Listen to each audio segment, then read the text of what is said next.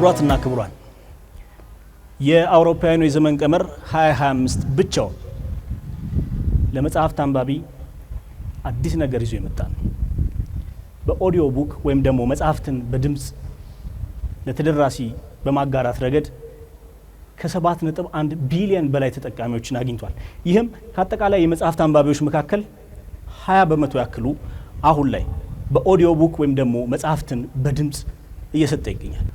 ይህ የሆነበት አንዱ መነሻ ምክንያት የሰው ልጆች በህይወታቸው በጣም በፍጥነት የተሞላ እንቅስቃሴ ውስጥ ከመገኘታቸው ጋር ተያይዞ ይህንን ለማድረግ የሚያስችላቸውን ጊዜ ለተደራሲያን ደግሞ ተጨማሪ አማራጭ ሆኖ በመምጣት ረገድ የኦዲዮ ቡክ ወይም ደግሞ መጽሐፍትን በድምጽ ማጋራት አንደኛው አማራጭ እየሆነ መጥቷል። ጤና ይስጥልን። ባለፉት ዓመታት በኢትዮጵያ በዚህ ረገድ ብዙ ስራዎች ተሰርተዋል ማለት ብዙ አያስደፍርም። በእርግጥ አፍሪካን ከተመለከትናት 7% አካባቢ በኦዲዮ ቡክ ወይም ደግሞ መጽሐፍትን በድምጽ በማጋራት ረገድ ድርሻውን ትወስዳለች። ይሄ ቁጥር በቅርብ ይጨምራል ተብሎ ይጠበቃል።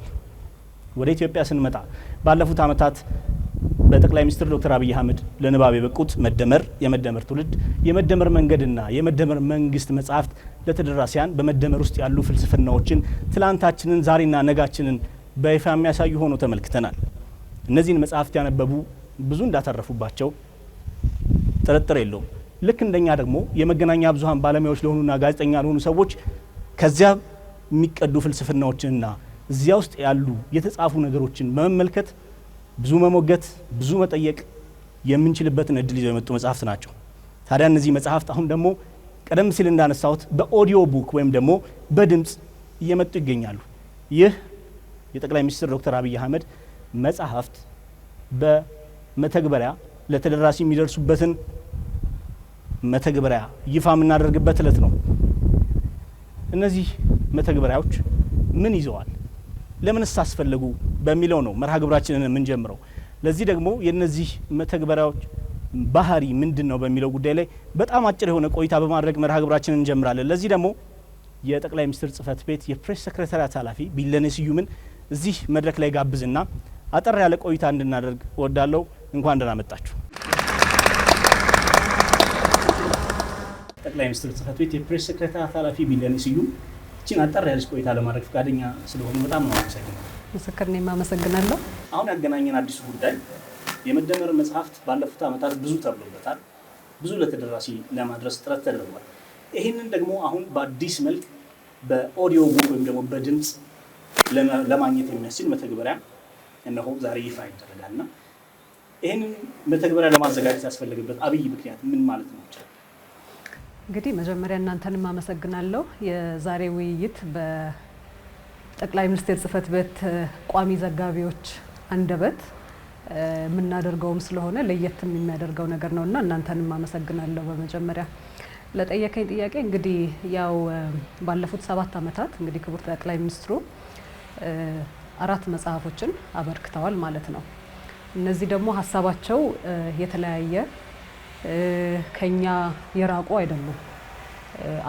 አንዱ ላይ እየደመረ ሀሳብ እየጨመረ በተለያየ እይታዎችና ዘርፎች ላይ እያዳበሩ የመጡ መጽሐፍት ናቸው ማለት ነው።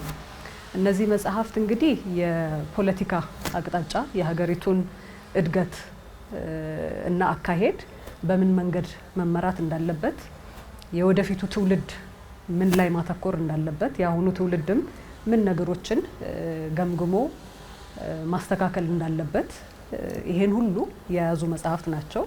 የአሁኑ ደግሞ በቅርብ ጊዜ የተመረቀው የነበረው የመደመር መንግስት አለ። በመንግስት በኩል ምን ይጠበቃልም፣ ምን መልክስ መያዝ አለበት የሚለውን ነገር እየዳሰሰ የመጣ መጽሐፍ ነው። ስለዚህ በጣም ብዙ ይዘት ያለው መጽሐፎች እንደመሆናቸው መጠን እነዚህን የበለጠ ተደራሽ ማድረግ ያስፈልጋል። ተደራሽነቱ ደግሞ ያው በመጽሐፍ ሽያጭ እስካሁን ድረስ ሲሄዱ ነበረ። 4ቱ መጽሐፍት አሁን በተለያየ መድረኮችም ቀጥሏል አሁንም መሸጥ። መተግበሪያው ግን ያስፈለገበት ዋነኛው ዓላማ ምንድነው? ተደራሽነቱን ማስፋት ያስፈልጋል። ቅድም የመንግስት አቅጣጫ ነው ብያለሁ አይደለ? የፖለቲካ እይታም ፍሬምወርክም ነው። ከዛ ውጪ ደግሞ እንደ ግለሰቦች አሁን ቅድም ያነሳሁት የነበረው ይሄ መድረክ የቋሚ ዘጋቢዎቻችን መድረክ ነው የምለው ለምንድነው? ባለፉት 7 ዓመታት የምናየው የጠቅላይ ሚኒስትር ጽህፈት ቤት ቋሚ ዘጋቢዎች አብረው እንዴት ተባብረው ተደምረው እንደሚሰሩ ማሳያ ስለሆናችሁ ማለት ነው። ሶ ፐርሰናል የሆኑ ወይም ከግል ህይወታችን ጋር ከስራ ህይወታችን ጋር ከማህበረሰብ ግንኙነቶቻችን ጋር እና የምንፈጥራቸው መስተጋብሮች እንዲሁም እንደ ዜጋ ካሉብን ኃላፊነቶች ጋር በጣም ብዙ መልእክቶችን እና አቅጣጫዎችን የያዙ መጽሐፍት ናቸው። ከዛ ውጪ ደግሞ በሀገሪቱ እየተገበሩ ያሉ ልማት የተለያዩ ሁነቶችን በመደመር መጽሐፍቶች ውስጥ ተጠቅሰው ያለፉ ናቸው። ይሄ ይከናወናል ተብሎ ስለዚህ ዞር ብሎ እንደ ማንኛውም ዜጋ ያንን ነገር በደንብ ማወቅ ያስፈልጋል። ሶ አንዳንድ ጊዜ በመጽሐፍ ተደራሽ ሆኖ የሚደርስለት የማህበረሰብ ክፍል አለ። ከመጽሐፍ ውጪ ደግሞ ወይ በተለያዩ ምክንያቶች ላያገኙ ለሚችሉ የህብረተሰባችን ክፍል ምቹ አንድ አማራጭ መጥቷል ማለት ነው ይህንን ነገር ለማዳመጥ። አንደኛው በጣም ጠቀሜታው እንግዲህ ከእንደዚህ አይነት ቅድምም ካልከው ሁኔታ ጋር የኑሯችን ዘይቤ እየተለወጠ ነው በዓለም አቀፍ ደረጃ። በእኛም በኢትዮጵያ ደረጃ እንግዲህ ያው በጣም ባለፉት 7 ዓመቶች ውስጥ ጥልቅ የሆኑ ለውጦች እየመጡ ነው ያሉት። የኑሮ ዘይቤያችን እየዘመነ መጥቷል። ከዲጂታል 2025 እና አሁን ደግሞ በቅርብ የምክር ቤቱ የሚያጸደቀው የዲጂታል 2030 ጋር ተሳስሮ የዲጂታል ህይወታችንም በጣም እየበለጸገ እያደገ መጥቷል ማለት ነው። ሶ እነዚህ መጽሐፍቶች እነዚህን ሀሳቦች የመንግስትን ሀሳቦች የጠቅላይ ሚኒስትሩን የፊሎሶፊካል እሳቤዎች ራዕይ ለህዝቡ ቀረብ ለማድረግ በእንደዚህ አይነት መልኩ መምጣቱ የበለጠ ለመፈተሽ ጊዜ ይሰጣል ማለት ነው። ከቅድም ካልከው ከምቹነት አኳያ እንግዲህ አሁን የተለያዩ ሰፈሮችም ስንሄድ የኮሪዶር ልማትም አለ ምንም አለ፣ ግን በትራፊክ የምናሳልፋቸው ሰዓታቶች ብዙ ናቸው። በትራፊክ ሰዓት ውስጥ ቁጭ ብሎ እንግዲህ መኪና ውስጥ በፖድካስት መልክ ስለሆነ የቀረበው በእንደዛ ሁሉንም መጽሐፍ ማዳመጥ ይቻላል፣ መፈተሽ ይቻላል። ኢቭን መጽሐፉንም ካነበብከው ከዛ ውጪ ደግሞ ባለ ሰዓት ውስጥ እንደገና ደግሜ ይሄን ነገር ልረዳው ብትል የፈለከው ቻፕተር ጋር ስኪፕ አድርገህ በመኪና ውስጥ ስትሄድ ልታዳምጠው ትችላለህ ማለት ነው። ስለዚህ እንደዚህ አይነቱ ምቹነት ምንድነው? ሌላም ስራዎችም እየሰራህ ስፖርት እየሰራ ይሄን ነገር ማዳመጥ የሚችል ሰው አለ። መንገድ በእግር እየሄደ ወይም ታክሲ ሰልፍ ላይ ሆኖ እየጠበቀ በአውቶቡስ እየሄደ የተለያዩ የህብረተሰብ ክፍሎች የተለያዩ ከራሳቸው ኑሮዎች ጋር ጊዜን አጠቃቀምም በማከለ መልኩ ቀርቦላቸዋልና በእነዚህ አይነት የተለያዩ የህይወታቸው ክንዋኔዎች ውስጥ አንድ ላይ ይሄንን መጠቀም የሚችሉበት ዋነኛው ምክንያት ነው ማለት ነው። ሁለተኛው ምንድነው? እንግዲህ የተለያዩ አይነት ኢንተለጀንሶች አሉ ይባላል አይደል? አንዳንድ ሰው አንብቦ የሚረዳ አለ። አንዳንዱ ሰው ደግሞ በስዕል ምስሎች ሲቀርብለት የበለጠ ነገሮችን የመረዳት አቅም አለው። አንዳንዱ ሰው ደግሞ በመስማት በማዳመጥ የሚረዳም ሰው አለ። ስለዚህ ይሄንን ደግሞ ያንን የበለጠ ያለውን ክህሎት ያዳብርለታል። በዛ መልኩ ደግሞ አንብቦት ያልተረዳውን ነገር በመስማት አማራጭ ደግሞ ሲመጣላቸው እሱን ነገር የበለጠ ለመገንዘብ ሀሳቦችን የበለጠ ሰርጾ ለመፈተሽ ያግዛል ማለት ነው። ሌላኛው ያው ከቅድም ካልኳቸው የተለያየ ሁኔታዎች ላይ ራሳችን በምናገኝበት ሰዓት ላይ ጊዜን አጠቃቀማችንን ለጥሩ ነገር ልናደርገው እንችላለን። ማልታይታስክ ልናደርግበት የምንችልበት አለ። ሶስተኛው ግን ከፖርቴቢሊቲ ጋር ነው። እንግዲህ ሁላችንም አሁን የዲጂታል ዓለም ውስጥ ተቀላቅለናል። ክፍያ የሚተገበረው በዲጂታል ሆኗል። ብዙ ክቡር ጠቅላይ ሚኒስትር ብዙ ጊዜ እንደሚሉት ብዙ በትሪሊየን መጠን ትራንዛክሽኖች ናቸው እየተካሄዱ ያሉት ዲጂታሊ ማለት ነው። ይሄም በዚህ መልኩ ደግሞ ይመጣልን ሰዓት ስልካችን ሁላችንም ጋር አለ። ስማርትፎን ያለው የህብረተሰብ ክፍል እየጨመረ ነው ያለው። ሁሉንም አዳርሷል ማለት አይደለም፣ ግን በጣም እየጨመረ ነው ያለው። ሁኔታውም ያንን ስለሚያስገድድ ማለት ነው ያሁኑ የሂደታችን መጠን ከዛ ጋር ተያይዞ በስልካቸው ውስጥ ስላለ እነዚህን 4 መጽሐፍት ብቻ ሳይሆን ለአሁን 3ቱ መጽሐፍት ናቸው በኦዲዮ ፎርማት የቀረቡት። ያኛው አሁንም በቅርብ ጊዜ የተመረቀ ስለሆነ ወደ ኦዲዮ ፎርማት እስከሚገባ ድረስ ግን የትም ቦታ ብትሄድ ስልክህ አብሮህ ነው ያለው።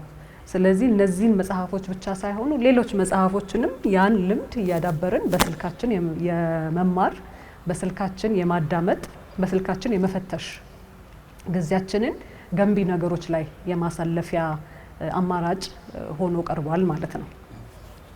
ትክክል ነው። በተለይ ደግሞ እዚህ ለምንገኘው በየቤቱም ሆኖ ይህን መርሃ ግብር ለሚከታተለን የሚሰጠን አንዱ ጉዳይ እንቅስቃሴያችን በጣም እየጨመረ ሄዷል። ከእንቅስቃሴያችን ጋር አብሮ በየዕለት እንቅስቃሴያችን ውስጥ የምንጠቀመው የእጅ ስልኮቻችን አሉ። ስለዚህ ሁለቱንም ተግባር በአንዴ ማከናወን የሚያስችለን አቅም የሚፈጥርልን ነው።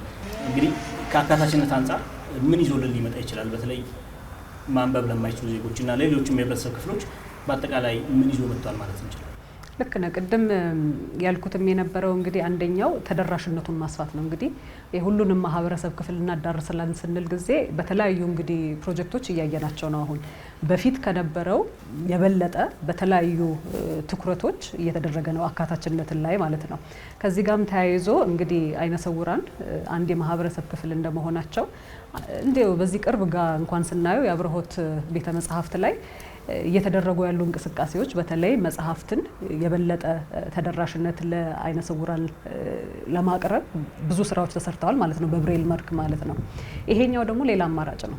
የክቡር ጠቅላይ ሚኒስትራችን ሀሳቦች እና እይታዎች እና ራዕይን የሰነቁ መጽሐፍትን ለነሱ ደግሞ ተደራሽ ለማድረግ አሁን በኦዲዮ ፎርማት ስላለ የበለጠ ደግሞ አካታችነቱን እያሰፋው ይመጣል ማለት ነው።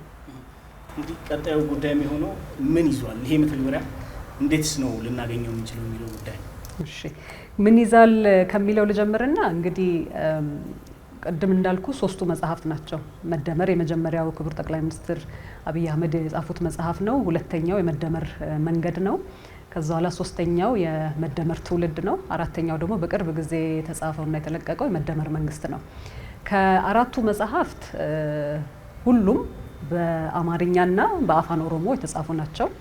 የመደመር የመጀመሪያው መደመርና የመደመር ትውልድ ደግሞ በእንግሊዘኛም አሉ ማለት ነው። ስለዚህ የቋንቋ ስብጥሩ 3 የቋንቋ ስብጥር አለው። የበለጠ ደግሞ ቅድም ላልነው ተደራሽነት ለአይነ ስውራን ብቻ ሳይሆን ቋንቋም ያማከለ ተደራሽነት አለው ማለት ነው።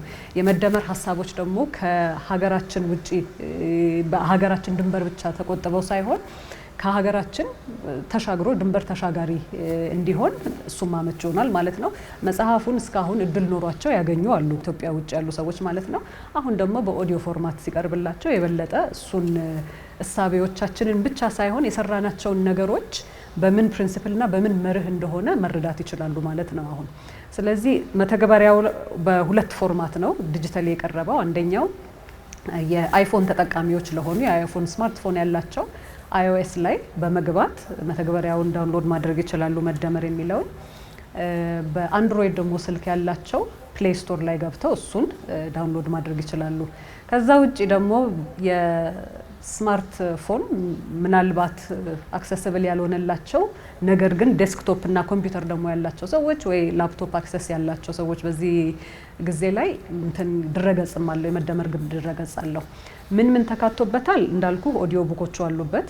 ከኦዲዮ ቡኮቹ ደግሞ ባለፈ ከመጽሐፍቶቹ የተቀመሩ አጫጭር ፎቶኮቶች አሉበት፣ ከገጾቹን የሚጠቅሱ ማለት ነው። ይሄንን ደግሞ በቪዲዮ መልክም አለ። በተለያየ ጊዜ የመደመር መጽሐፍት የሚነኩ ጉዳዮችን ክቡር ጠቅላይ ሚኒስትር የተነጋገሯቸው አጫጭር ቪዲዮዎችንም እዛ ውስጥ ማግኘት ይቻላል ማለት ነው መተግበሪያ ውስጥ። ይሄ መተግበሪያ አሁን ማግኘት ይቻላል።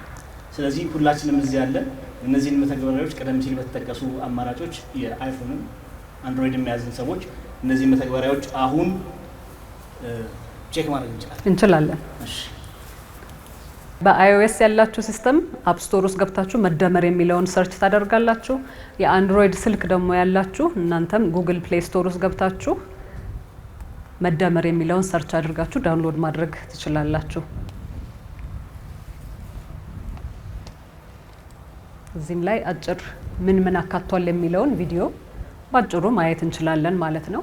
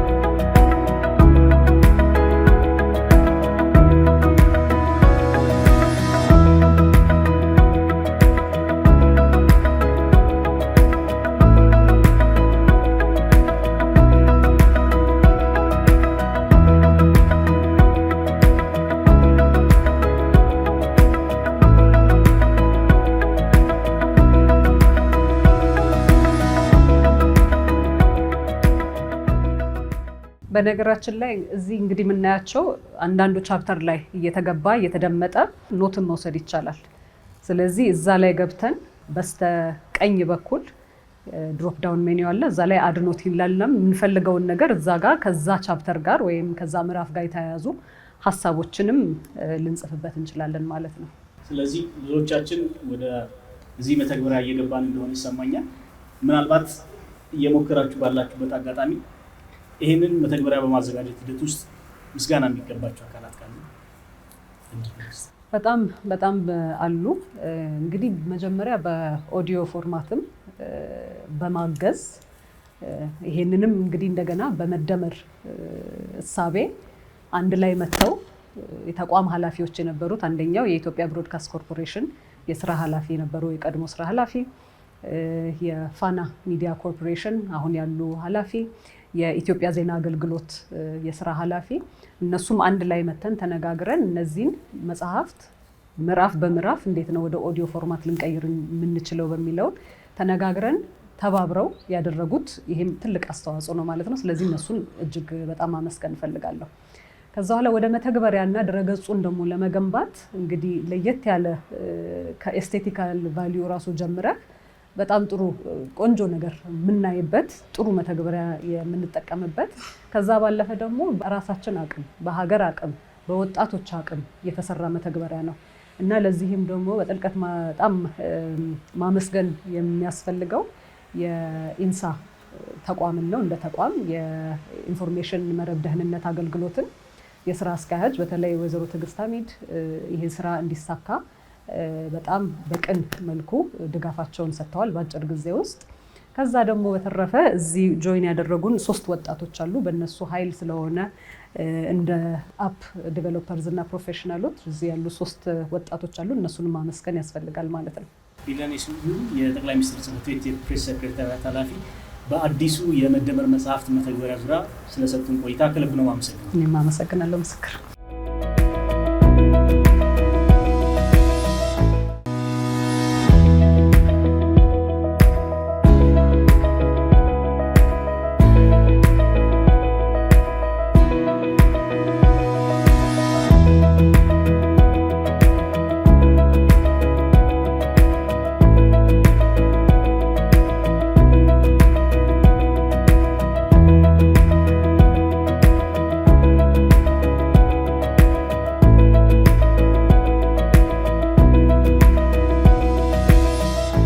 ክቡራትና ክቡራን እኛ እንቀጥላለን። መደመርና ፍልስፍናው አንድ ይዞት የመጣው ሌላው ጉዳይ ቢኖር በመገናኛ ብዙሃን ባለሙያዎች መካከል በጋዜጠኞች መካከል መፎካከር ብቻ ሳይሆን በጋራ መስራትን የተማርንበት ነው። በተለይም ይህ በተቀረው ዓለምም ቢሆን ልምድ ነው። የቋሚ ዘጋቢዎች ይኖራሉ፣ ይዘጋጃሉ። እነዚህ ቋሚ ዘጋቢዎች ደግሞ ባለፉት ዓመታት በመደመር ውስጥ የተመለከቱት ጉዳይ ምንድን ነው፣ እይታቸው ምን ይመስላል የሚለውን ሊያጋሩን ከዚህ የሚከተለውን መርሃ ግብር ሰዓት የሚወስዱ ይሆናል። ለዚህም ሮዛ መኮንንን ከኢትዮጵያ ብሮድካስቲንግ ኮርፖሬሽን፣ ምንችል አለማየሁን ከኢትዮጵያ ዜና አገልግሎት እንዲሁም ለሊ ግርማን ከኦቢኤን ምጋብዝ ይሆናል። ባልደረቦቼ ናቸው፣ ጓደኞቼ ናቸው። እዚህ ከእናንተ መካከልም ብዙዎች አብረውን የሚሰሩ ኮረስፖንደንቶች አሉ። ምልከታቸውን እንጋራለን። አብረን እንቆይ።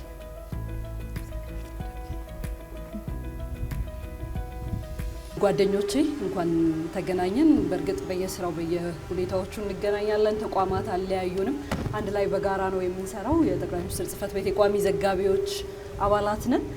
ዛሬ እንግዲህ የዚህ የሞባይል መተግበሪያ የኢፌዴሪ ጠቅላይ ሚኒስትር ዶክተር አብይ አህመድ የመደመር መጽሐፍት የኦዲዮ ቡክ እና የሞባይል መተግበሪያ አፑ በይፋ ስራ ጀምሯል።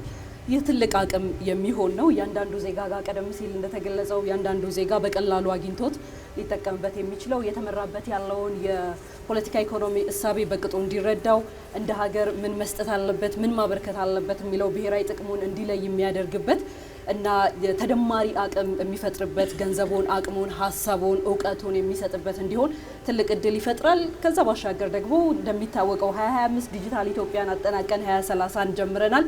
ስለዚህ ከዛ አኳያ የዲጂታል ኢትዮጵያ ጉዞውን በእጅጉ የሚያፋጥን ተግባር እንደሆነም እንደዚሁ ታሳቢ ይደረጋል። ከዚህም መማር የሚያስችል ጭምር ይመስለኛል። ሌሎች ጥናቶቻቸውን ስራዎቻቸውን ይፋ የሚያደርጉ ይኖራሉ በቀጣይ የጥበቡም ሰዎች ሌሎችም ዘርፎች። ስለዚህ እንደነዚህ በቀላሉ ለተደራሽ የሚያደርግ አቅም በመስጠት ረገድ ትልቅ ነው። በእኛው አቅም መልማቱ በእኛው አቅም መሰራቱም ደግሞ በትልቁ የሚወሰድ ለነገ የእውቀት ሽግግር የሚያሳድር ነው። ይህ ትልቅ ነገር ታዲያ በተለይ የመደመር መጽሐፍት ስብስብ ውስጡ ይዟል። ስለዚህ ምን ይገኝበታል፣ ምን ልናይበት እንችላለን የሚለውን ጉዳይ ለመነጋገር ለመወያየት ጥቂት ሀሳቦችን ለመስጠት ነው ዛሬ እዚህ የተገናኘኑ በጋራ እንዳልነው የቋሚ ዘጋቢነታችን ባለፉት ዓመታት ኢትዮጵያ የነበረችበት ከፍታ ያለችበትን የከፍታ ሂደት ያለችበትን ችግሮቿን የተለያዩ የስኬት ሂደቶችንም በትልልቅ የሜጋ ፕሮጀክቶች ጭምር ከእያንዳንዱ ጀርባ የነበርን ሰዎች ነን።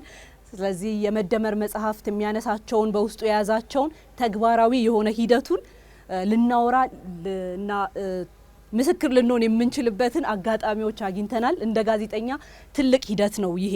ስለዚህ እዛ ላይ ትኩረት አድርገን ጥቂት እያወራን እንቆያለን። ከሳቢዎቹ እንነሳ። የመደመር መጀመሪያ መጽሐፍ እንደመሆኑ የክቡር ጠቅላይ ሚኒስትር፣ ስለዚህ ከመደመር እሳቤ እንነሳ። የመደመር እሳቤ ጋር የተገናኙ ሀሳቦችን ሌሊ ታደርሰናለች። እንዲሁም ደግሞ ከዛ ተከትሎ በሁለተኝነት የመጣው የመደመር መንገድ መጽሐፍ ነው። በዛ ሂደት ውስጥ እንግዲህ ምኖች ተመላከቱበት የሚለውን ምስክር በጥቂቱ ያነሳላችኋል። እንዲሁም የመደመር ትውልዶችን የበየነ ነው በመደመር ትውልድ መጽሐፉ። ምን ይችል ደግሞ እዛ ላይ ጥቂት ሀሳቦችን እያደረሰ ወደ እኔ ስንመለስ የመደመር መንግስት በቅርቡ የሚካተተውን በዚህ ኦዲዮ ቡክ ውስጥ የምናነሳ ይሆናል ማለት ነው። ስለዚህ ሌሊ ቅድሚያ ላንቺ እድሉ ልስጥ። እሺ፣ አመሰግናለሁ ሮዛ። አንቺ እንዳልሽው እንግዲህ የመደመር መጽሐፍ የመጀመሪያ መጽሐፍ እንደመሆኑ መጠን ከሱ ነው የምንጀምረውና የመደመር መጽሐፍ ፍልስፍናዎቹ ምንድናቸው ብለውን አጠር አድርጌ አነሳለሁኝ። እንግዲህ ወደ ኋላ መሄዳችን አይቀርም። ከታሪኮቻችን እንጀምርና ከንጉስ ተፈሪ ስልጣን በኋላ እንግዲህ የምዕራባውያን አስተሳሰቡ የተቃኘ ነበር ስርዓታችን። ይህንንም እንግዲህ የትምህርት ስርዓቱን ማንሳት እንችላለን። የኢኮኖሚ፣ የፖለቲካ እንዲሁም ደግሞ የማህበራዊ ጉዳዮችን ማየት እንችላለን። ይሄ እንግዲህ ሙሉ በሙሉ ከውጭ ሀገር የተቀዱ ነበሩ። ይሄ ደግሞ እንግዲህ ባህል ከእሴትና እንዲሁም ከአኗኗራችን ጋር የሚሄድ አልነበረም እንደምታውቀው ማለት ነው። ከዚያም በኋላ እንግዲህ በአብዮቱም ጊዜ ፊታችንን ከአሜሪካና ከእንግሊዝ ደግሞ አንስተን ወደነ ቻይና ወደነ ሶቪየት ህብረት፣ ምስራቅ አውሮፓ፣ ኤዥያ ሀገራት አዞርም ማለት ነው። ይህም እንግዲህ የአገር ውስጥ አገር በቀል ፍልስፍና ስላልሆነ ችግሮቻችንን ሊፈቱልን አልቻሉም። ይሄ ሲባል ደግሞ እንግዲህ ከውጭ ሀገር የምናገኛቸውን መልካም ተሞክሮችን አንወስድም ማለታችን አይደለም። ግን ከኛ ጋር የሚሄዱ ከባህላችን ጋር የሚሄዱ መሆን አለባቸው የሚለው ሀሳብ አለው ማለት ነው። በሌላኛው ደግሞ በኢትዮጵያ በተለያየ አመለካከቶች ምክንያት እንግዲህ ግጭቶችና አለመግባባቶች ይነሳሉ። ስነሱም ቆይቷል። ረጅም ዓመት አገራችን እዚህ ውስጥ ነው የነበረችውና ምክንያቶቹ እንግዲህ ከነዚህ ምክንያቶቹ አንዱ ደግሞ ለዚች ሀገር ዋጋ የከፈልኩት የተበደልኩት እኔ ብቻ ነኝ የሚሉ አስተሳሰቦችም አሉ ማለት ነው። ይሄ እንግዲህ በመደመር ፍልስፍና ውስጥ ለዚህኛው ችግር ደግሞ ይሄ እንዴት ይፈታል ለሚለው ጉዳይ የፍትህ ሽግግር እንግዲህ ተቋቁሟል በሀገራችን ላይ። ይሄ እንግዲህ ተጎዳው ለሚለው አካል መልስ የሚሰጥ ማለት ነው። በሌላኛው በኩል ደግሞ ለተለያየ አመለካከት ላላቸው ለምሳሌ እኔ የሚፈልጋት ኢትዮጵያ እቺ ትመስላለች የሚሉ የራሳቸውን አመለካከት ብቻ የሚያነሱም አሉ። ለነኚህ ደግሞ እንግዲህ በሀገራዊ ምክክር ኮሚሽን እንግዲህ እንደዚህ አይነቶቹ ችግሮች ደግሞ መፍትሄ እንዲያገኙ እንግዲህ በሀገራዊ ምክክር በጠረጴዛ ዙሪያ በምክክርና በውይይት ነገሮች እንዲፈቱ እንግዲህ በሀገራችን ደረጃ ለመጀመሪያ ጊዜ ተቋቋሚ እናገኛለንና ይህኛው እንግዲህ የተለያዩ ሀሳቦችን ወደ ጠረጴዛ ዙሪያ አምጥተን ምንድነው ችግሮቻችንስ እንዴት መፍታት እንችላለን የሚለው በሀገር ደረጃ እንግዲህ እንደምታወቀው በሁሉም ክልሎችና በከተሞች ደረጃ ከሀገርም አልፎ እንግዲህ በውጭ ሀገርም ምክክሮች እየተደረጉ ይገኛሉ። ይሄ እንግዲህ በመደመር መጽሐፍ ውስጥ እናገኛለን ማለት ነው። ኢትዮጵያ እንግዲህ ከልዩነታችን ይልቅ አንድ የሚያደርጉን ደግሞ ብዙ ጉዳዮች አለን። እንደ ምሳሌ የምናነሳው የአድዋን ድል መውሰድ እንችላለን። አድዋ እንግዲህ አባቶቻችን ብዙ ልዩነት አለመግባባቶች እያላቸው እንግዲህ በሀገር ህልውና ጉዳይ ላይ ግን አንድ ሆኖ አቅማቸውን ጉልበታቸውን እንዲሁም ደግሞ ያላቸውን ሙሉ በመደመር ህይወታቸውን ጭምር በመሰዋት እቺ ሀገር እንድትቀጥልና ለትውልድ እንድትተርፍ እንግዲህ የራሳቸውን አስተዋጽኦ አድርጓል ማለት ነው። ሌላኛው ሁለተኛ አድዋ የምንለው የህዳሴ ግድባችን ነው። የህዳሴ ግድባችን እንግዲህ ለዘመናት ቁጭት ነበረ። አባቶቻችን ቁጭት ነበራቸው። ኢትዮጵያ አትችልም የተባለውን ነገር እንግዲህ አባቶቻችን ሰው ከተማሪ ጀምሮ የተለያየ ማህበረሰብ በተደመረ አቅም አንድ ላይ ጉልበታቸውን እንዲሁ ላባቸውን ገንዘባቸውን ሁሉ በመደመር ህዳሴን እንግዲህ መጨረስ የቻልንበት ጊዜ ላይ ነው የምንገኘውና እንግዲህ የፖለቲካ ምህዳሩንም ማንሳት እንችላለን። በኢትዮጵያ ፖለቲካ ታሪክ ውስጥ እንግዲህ ያልተለመደ ነገር እያየን እንገኛለን። በአሁኑ ጊዜ በተለያየ የፖለቲካ አመለካከት ያላቸው ሰዎች እውቀታቸውንና ብቃታቸውን አንድ ላይ አድርጎ እንግዲህ በአንድ ጥላ ስር ሆኖ አገርን እየመሩ አቅጣጫ እየሰጡ የምናይበት ጊዜ ላይ ነው ያለነው። ይሄ እንግዲህ የመደመር ፍልስፍናን ያመላክታል። የመደመር ፍልስፍና ኢትዮጵያ ምን ውስጥ እንደነበረች አሁናዊ ሁኔታውስ ምንድነው የሚመስለው? ኢትዮጵያ ምን ላይ ነች? ያላትን ተፈጥሮ ሀብት እንዲሁም ደግሞ ያላትን አቅም ምንድነው የሚያስቀምጥ ነው። ለወደፊትስ የምናስባት ኢትዮጵያ የምንመኛት ኢትዮጵያ የበለጸገች ኢትዮጵያ የጸናች ኢትዮጵያን እንዴት እናገኛታለን የሚለው እሳቤ ሙሉ በሙሉ እንግዲህ የመደመር መጽሐፍ ውስጥ እናገኛለን። እኔ የያዝኩት የአፋን ኦሮሞ ኢዳአሙን ነው። አንድ ቦታ ላንብብና ምዕራፍ 3 ላይ ነው ገጽ 53 እንዲህ ይላል። ኢዳሙፍ ዮካን አንቅነ ቆፉማ ኬሳ በወፍታን ኬሳ ካዮ ወሎ ቀባችሁ ፊ ከከኡምሰ ዮካን ፍዲ ቀባችሁን በርባችሳለ ኢሳን ለማን ከነ ቡረ ኢዳሞቲ ጀቹ ደንዴኝ ካዮ ወሎ ቀባችሁን ቡረ ኢዳሞ isa tokko yemmuu jennu ida'amuun garaagarummaa ce'uudhaan kaayyoo fi faayidaa waliiniitiif hiriiruu waan filatuufi garaagarummaa kamiyyuu keessatti kaayyoo waliinii bu'uura godhachuun waltumsuudhaan bu'aa fiduun ni danda'ama jedhee yaada. Injifannoon Adwaa kan dhugume garaagarummaa keessa keenya jiru ce'uun kaayyoo waliiniitiif waan hiriireefi እንደዛ ይላል። ጨርሻለሁ። ወደ ምስክር አስተላልፍ። አመሰግናለሁ። እንግዲህ የመደመር መጽሐፍት አራቱም መጽሐፍት ማለት በሚቻል መልኩ ተመጋግበው የሚሄዱ ናቸው። ከመደመር ከዋናው የመደመር መጽሐፍ ፍልስፍና ውስጥ የሚቀዱ ናቸው። የመደመር መንገድ ደግሞ የኢትዮጵያ የፖለቲካ ማህበራዊና ኢኮኖሚያዊ ዘርፍ ውስጥ ያለፍንባቸው መንገዶች ምንድናቸው፣ ባለፍንባቸው መንገዶች ውስጥ ምኖችን አሳክተናል፣ ምን ይጎለን ነበር የሚለውን ይመለከታል። ከዚያ ደግሞ ሲቀጥል ዛሬ ላይ ሆነን ምን መስራት አለብን፣ ያለፉት ስህተቶቻችንን በምን መንገድ ነው ልናርማቸው የምንችለው፣ የወደፊቷን ኢትዮጵያን በማድረግ ውስጥስ ምን ስራዎችን ማከናወን ይገባናል በሚለው ላይ በጣም በስፋት የሚተነትን መጽሐፍ ነው። እንደ ቋሚ ዘጋቢ በመደመር መንገድ ውስጥ ባለፉት አመታት በተለይ የተመለከትናቸው ትልልቅ የሚባሉ ሁነቶች አሉ። ባለፉት አመታት በመደመር መንገድ መጽሐፍ ውስጥ የተቀመጡ ትልልቅ የሚባሉ የፖለቲካ እንቅስቃሴዎች የነበሩበት ነው። የተፎካካሪ ፖለቲካ ፓርቲዎች በኢትዮጵያ ታሪክ ኢትዮጵያ እንዳይገቡ ታግደው የቆዩበትን ሁኔታ የሰበረ በጣም ከአፍ እስከ ገደፉ የህዝብ ሰልፎችና ትዕይንተ ህዝቦችን የተመለከትንበትን አጋጣሚ አይተናል። ይሄ ደግሞ እንደ ጋዜጠኛ እንደ ቋሚ ዘጋቢ በኢትዮጵያ ውስጥ ያለውን የፖለቲካ መንገድ መስፋቱን እንድረዳ ወይም እንድገነዘብ አስችሎኛል ማለት ይቻላል። ይሄ ለመንግስትም የተደረገ የድጋፍ ሰልፍ ለጠቅላይ ሚኒስትሩ የተደረገው የሰኔ 16ቱን ሰልፍ ማንሳት እንችላለን። በሌላ በኩል ደግሞ የብዙዎቹ የተፎካካሪ የፖለቲካ ፓርቲዎች መሪዎች ወደ ኢትዮጵያ በሚገቡበት ወቅት የነበረው የህዝብ ድጋፍን ስንመለከተው የመደመር መንገድ እንደሚያስቀምጠው በጣም ሰፊ የሚባል የፖለቲካ ለውጥ ወይም የአውድ ለውጥ መፍጠር ካልቻልን በስተቀር ይሄንን አሁን የምናስበውን ዲሞክራሲ ማምጣት አንችልም የሚለውን እሳቤ በመሬት ላይ ወርዶ የተመለከትኩበት አጋጣሚ ነው ብዬ አስባለሁ። ሌላው የመደመር መንገድ የሚያነሳው ጉዳይ የህዝብ ጥያቄዎች መደመጥ አለባቸው። ባለፉት አመታት ምን ነበረ ችግሮቻችን፣ የፖለቲካ ስርዓታችን ችግሩ ወይም ህመሙ ምን ነበር የሚለውን ሲያስቀምጥ የሚያስቀምጠው ጉዳይ አንደኛው ምንድነው የህዝብ ጥያቄ ላይላዩን ብቻ ይመለስ ነበር። በተለይ ደግሞ የነበሩ የፖለቲካ አካሄዶች የህዝቡን ጥያቄ ከልብ ለመስማት የሚደረጉ ጥረቶችን አያመላክቱም ነበር ይላልና ከዚህ አንጻር የመደመር መንገድ ምን ይላል? የህዝቡ ጥያቄ መደመጥ አለበት ይላል። ከዚህ አንጻር ባለፉት አመታት በተጓዝንባቸው ብዙዎቹ የሀገሪቱ አካባቢዎች የተመለከት ነው የህዝባዊ ውይይቶች በጣም በስፋት ይደረጉ ነበር። ያ በቀጥታ የኢፌዴሪ ጠቅላይ ሚኒስትር ዶክተር አብይ አህመድን ጨምሮ ሌሎችም ከፍተኛ የመንግስት የስራ ኃላፊዎች መሬት ድረስ ወርደው የህዝቡን ጥያቄ ለማዳመጥና መሰረታዊ የሚባለውን ችግር ከስር ሰምቶ ለመምጣት ያደረጉትን ጥረት የተመለከትንባቸው አጋጣሚዎች ብዙ ናቸው ይላል። በሌላ በኩል የምንመለከተው እንግዲህ ስለ የመደመር መንገድ ካነሳን ስለ ፕራግማቲዝም ወይም ደግሞ ስለ ርዕዮተ ዓለም በስፋት የሚተነትንበት ክፍልም አለው። ይህ የፕራግማቲዝም ወይም ደግሞ የገቢር ነበብነት ይለዋል አማርኛው። በዚህ ረገድ ምን አይነት ስራዎች ተሰርተዋል፣ እንደ ጋዜጠኛም እንደ ቋሚ ዘጋቢም ስንመለከታቸው ምን አይነት ሁነቶች ነበሩ የሚለውን ሳይ የማገኘው አንዱ ጉዳይ በርዕዮተ ዓለም ኢትዮጵያውያን መታጠር የለባቸውም። በርዕዮተ ዓለም መታጠራችንና ከውጭ በሚቀዱ ርዕዮተ ዓለሞች መንቀሳቀሳችን ባለፉት ዓመታት ምን አሳጥቶናል? አሁንስ ምንድን ነው ማድረግ ያለብን? ርዕዮተ ዓለም ነው ወይስ ርዕዮተ ኢትዮጵያ ነው የሚያስፈልገን በሚል በስፋት የሚሞግት መጽሐፍ ሆኖ አግኝቼዋለሁ የመደመር መንገድ።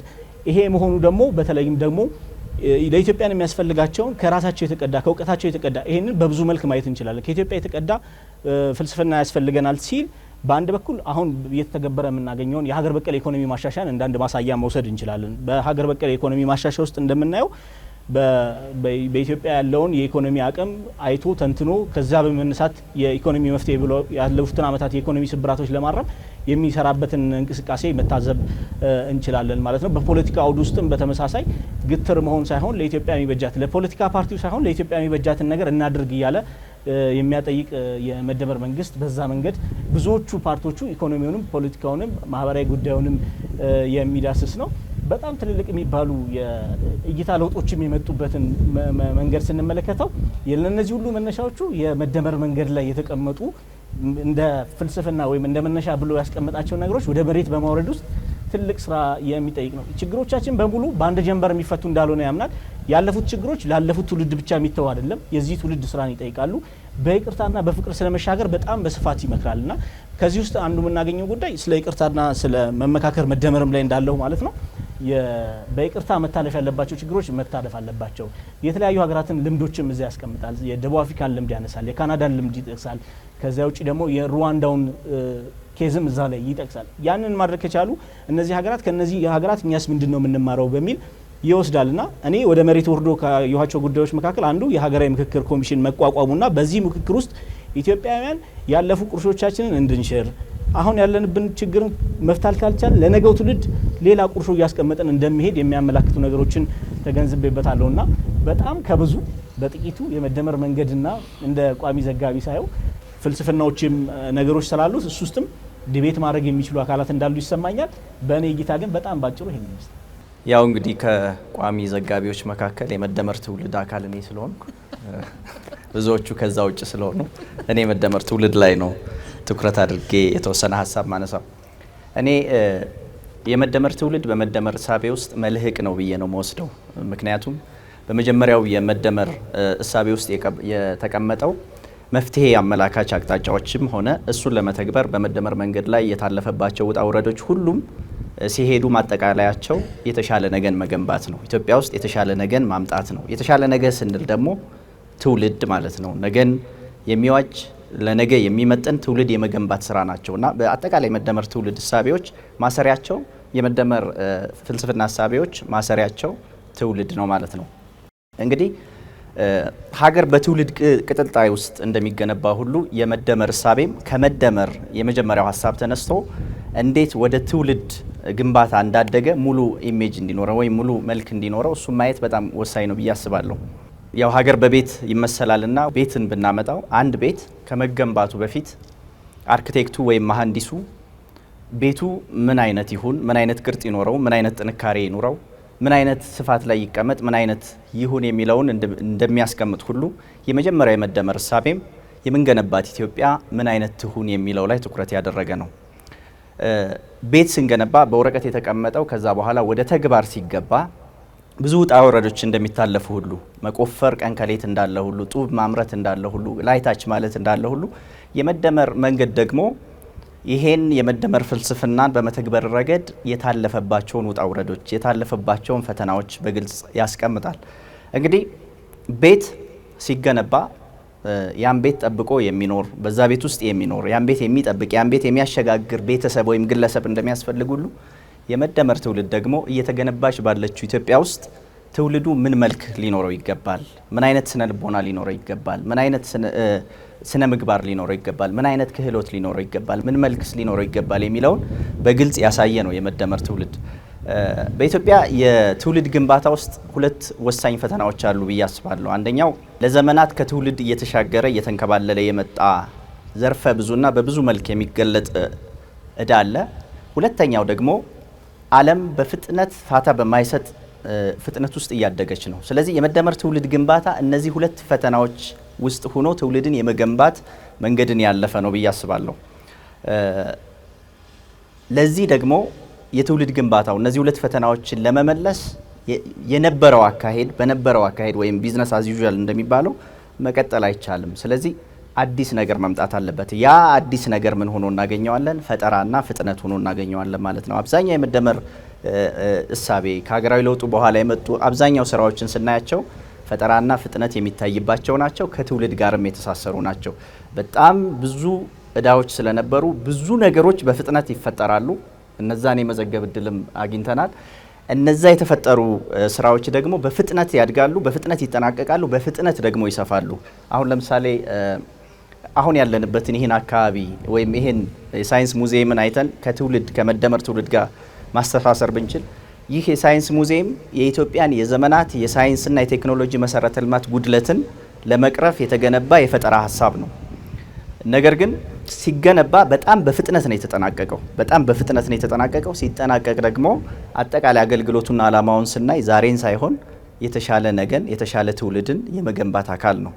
የኮሪደር ልማትንም ብናየው የኮሪደር ልማቱ የኢትዮጵያ ከተሞች የምስረታ ታሪክ ብቻ የነበራቸው ስለነበሩ ያን ለመፍታት የግድ ፈጠራ ተኮር መፍትሄ ያስፈልግ ነበር። የኮሪደር ልማት አንዱ በከተሞች መሰረተ ልማት ውስጥ የታየ ጉድለትን የፈታ ፈጠራ ነው።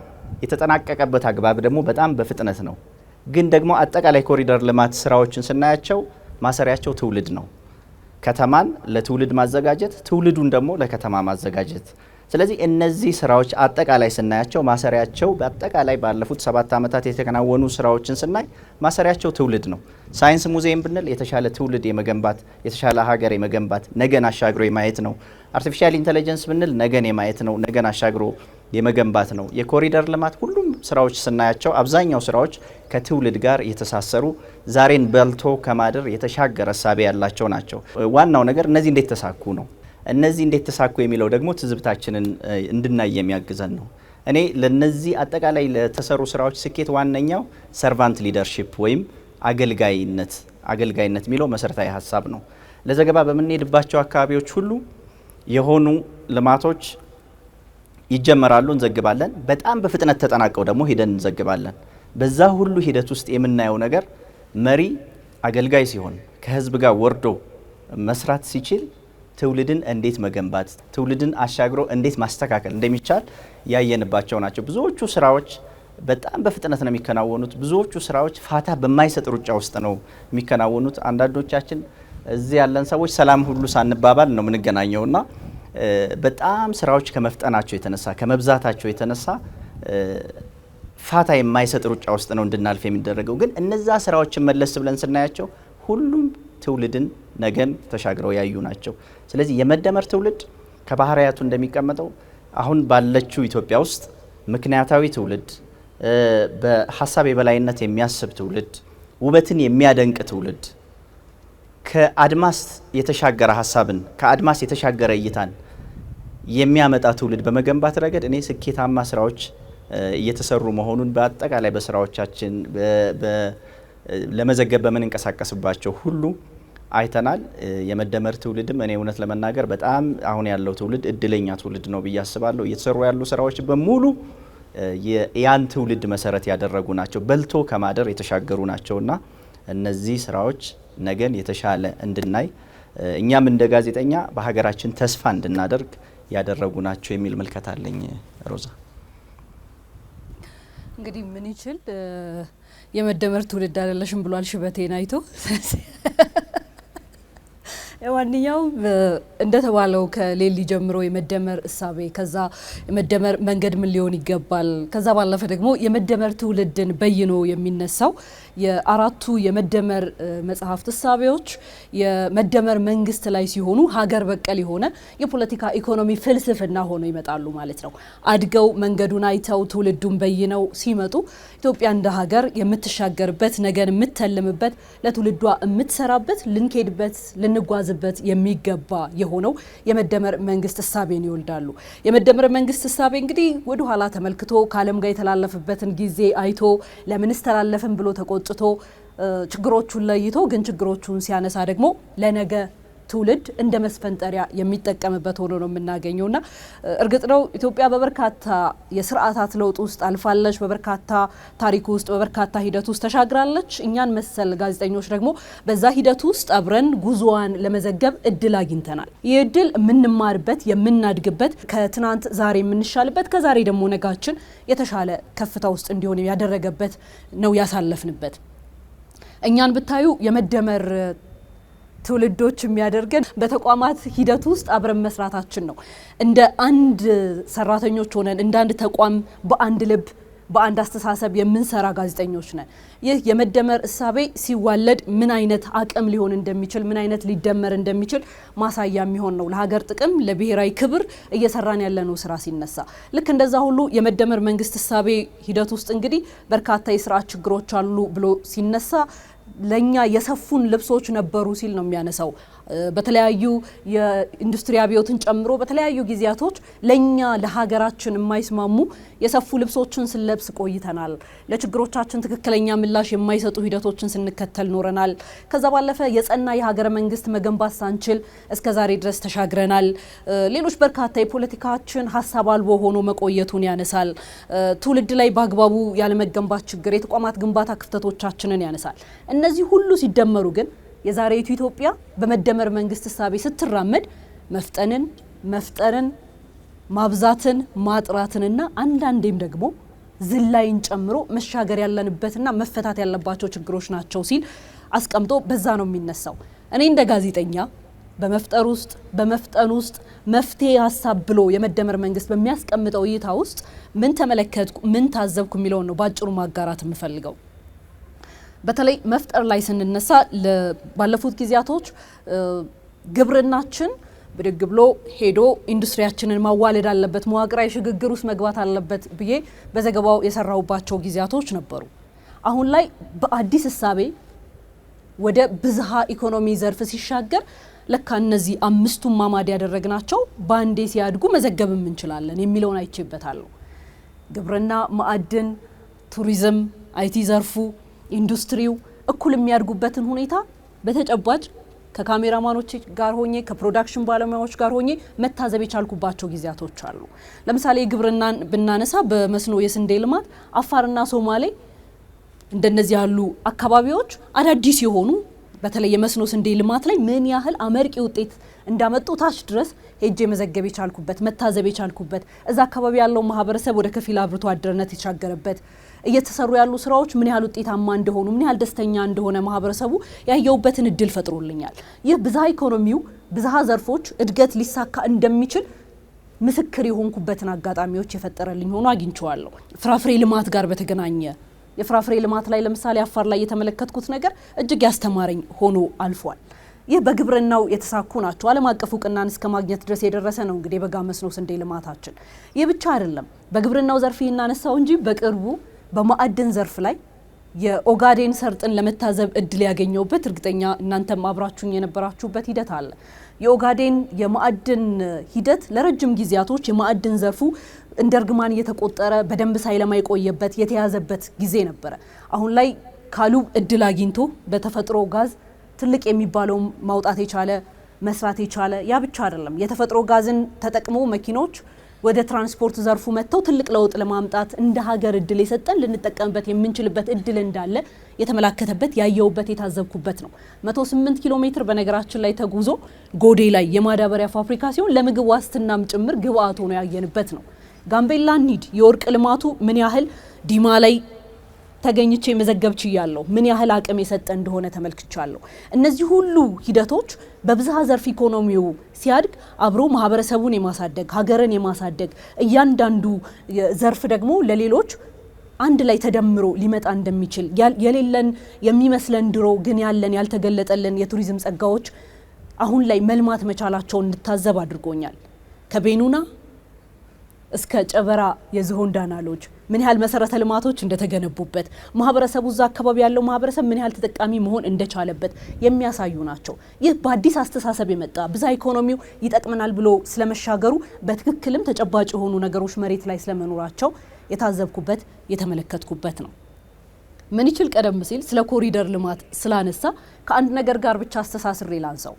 በፊት ቤዚክ ኒድ መሟላት አለበት የሚሉ ሙግቶች ያሉበትን ጊዜ እናስታውሳለን። መሰረታዊ ፍላጎቶቻችን ኮመን ከሆኑ ለሰው ልጅ ከተገባ አኗኗር ጋር ወይም ደግሞ ክብር ካለው ያኗኗራችን ጋር ሊመጥን የሚችል እሳቤ ድረስ አብሮ መጓዝ አለበት የሚለውን በኮሪደር ልማቶች አይተናል። የመደመር መንግስት የወንዞችን ሂደት ሲያነሳ የስልጣኔ ቀደምት ከነበሩት ውስጥ አንደኛው ወንዞች ላይ የሚደረጉ የከተሞች አሰፋፈር እንደሆነ ያነሳል።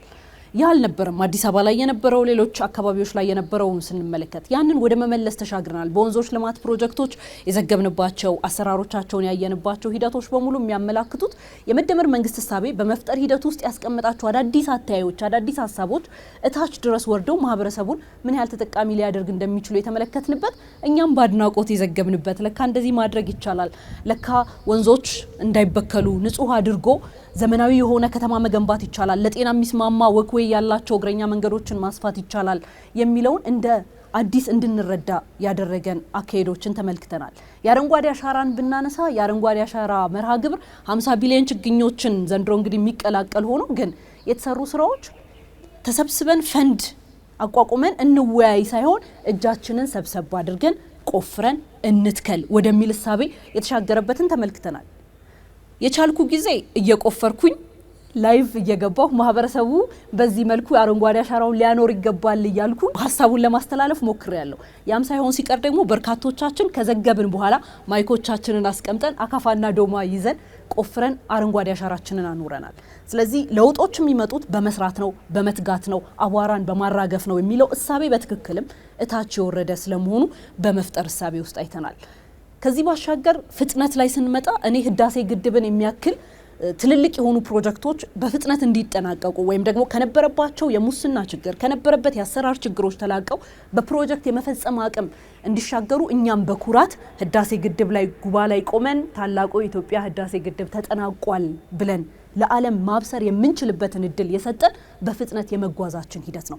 ከነበሩ ችግሮች አሻሽለን የፕሮጀክት አፈጻጸም አቅማችን ተሻሽሎ እንዲመጣ እንደ ሀገር የተደረገበት የመንግስት እሳቤ የመደመር መንግስት እሳቤ ያንን አሳክቷል። ስለዚህ እንደነዚህ ያሉ 24/7 ስራዎች ሌሊት ተሰርተው ያየንበት ጊዜ ያሁኑ ጊዜ ነው። ይህ የመደመር መንግስት እሳቤ አዳዲስ ባህሎችን ይዞ የመጣ ጭምር መሆኑን ተመልክተናል። ስለዚህ እነዚህን ለማየት እድል ያገኘንበት ከመደመር እሳቤ ጀምሮ እስከ መደመር መንግስት የፖለቲካ ኢኮኖሚ እሳቤ ድረስ እንዲሄድ ያደረገንን ነገር እንደ ጋዜጠኛ የታዘብንበት በጋራ የሰራንበት ለኢትዮጵያ ከፍታ ቀናኢ መሆናችንን ያስመሰከርንበትና ብዙ የተማርንበት ቆይታ አድርገናል። ይህ እንግዲህ ዛሬ ይፋ በሆነው መተግበሪያው የምናገኛቸው ሀሳቦች ናቸው። እኛ በጥቂቱ ነው እዚህ ልናደርሳችሁ የሞከር ነው። ይህንን አይታችኋል። በጥቂቱ ሀሳቦችን አንስተናል። የነበርንባቸውን የከፍታም ያለፍንባቸውንም ሁነቶች አንስተናል። እናንተ ደግሞ እዚህ የተከታተላችሁ ያላችሁት ከሚዲያው ዘርፍ ነው የመጣችሁት። ብዙ የምትታዘቡት በኢትዮጵያ ቀን ተቀን ሩጫ ውስጥ ድርሻ ያላችሁ ሰዎች ናችሁና ምናልባት ይህንን ሀሳብ ካነሳን አይቀር ከእናንተ ደግሞ መድረኩን ወደ እናንተ ልውሰድና የምታነሷቸው ሀሳቦችና አስተያየቶች ካሉ እድሉን ልስጥ። እሺ፣ እናመሰግናለን በዚህ ፕሮግራም ላይ ስለተጋበዝንም የእናንተንም ሀሳብ በዚህ ልክ ስላካፈላችሁን። እኔ በቂ አይደለም የምጠይቃችሁ ጥያቄ አለኝ። በዚህ ጉዳይ ላይ ከፊቱ ናችሁ ነገሮችን እንደሚያይ ጋዜጠኛ የምጠይቃችሁ ነገር አለ። በመጀመሪያ ይሄኛው የሞባይል መተግበሪያ ግድ ብሎትም እንዲሁም እንደ አማራጭ ለሚፈልገው አካል ትልቅ ፋይዳ ያለው ነው ብዬ ነው የማስበው።